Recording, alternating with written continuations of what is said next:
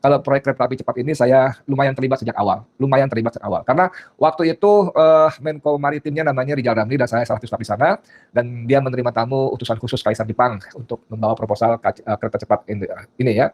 Lalu tak lama kemudian dia juga menerima tamu dari kedutaan Cina yang juga membawa proposal. Nah, menariknya nih ya, setelah dua proposal itu di tangan, dia panggil saya, coba kamu tolong review dua proposal ini. Saya bilang, Bang, saya nggak ngerti, Bang. Udah kamu pelajari aja, kamu lihat plus minusnya masing-masing keunggulan dan minusnya. Saya kerja keras kan, aduh, setelah beberapa hari kemudian saya ketemu lagi, gimana Ed?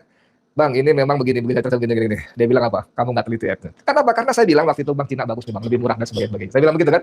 Saya bilang begitu waktu itu. Kata Rizal Ramli, kamu nggak teliti. Memang angkanya lebih murah, tapi kamu nggak perhatikan jebakan-jebakan di sini. Pertama, utang. Ini proyek dibiayai B2B, business to business, kata Rizal Ramli ya. Nanti ada KAI dengan konsorsium BUMN Cina. Nanti bagaimana bentuknya kita akan tentukan.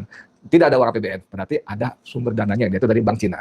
Dan kamu lihat bunganya tinggi sekali bos, 3% setahun bos, 3% setahun ya. Kamu lihat bunganya Jepang cuma 0,5% satu tahun, setengah persen. Itu berarti hampir 25 kali lipat. Waduh, saya bilang iya benar juga Bang. Kemudian kamu lihat lagi nih di komponen biayanya nih. Di situ disebutkan bahwa Cina minta dukungan penuh pemerintah untuk pembebasan tanah, untuk ini, untuk itu. Ini semua biaya nantinya. Waduh, benar juga ya.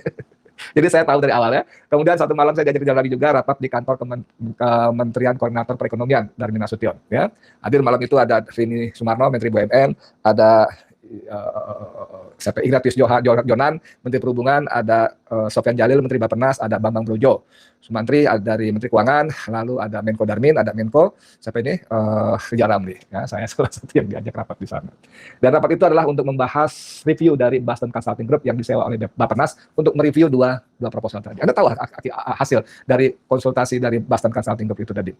Ya, Boston Consulting Group mengatakan bahwa mau versi Jepang maupun versi Cina, ini proyek sama sekali tidak visible. Terlalu mahal, dijual berapapun biaya harga tiketnya, ya sampai kapanpun tidak bakal balik modal. Nah, waktu itu dia sebut 250.000 tahun 2016 awal. Anda bisa bayangkan 2016, kira-kira sekarang hampir 9 tahun yang lalu atau lebih, itu tiket dihitung 250.000 dan tidak akan BEP. Dengan kumulatif, dengan progres kenaikan jumlah penumpang, enggak bakal BEP.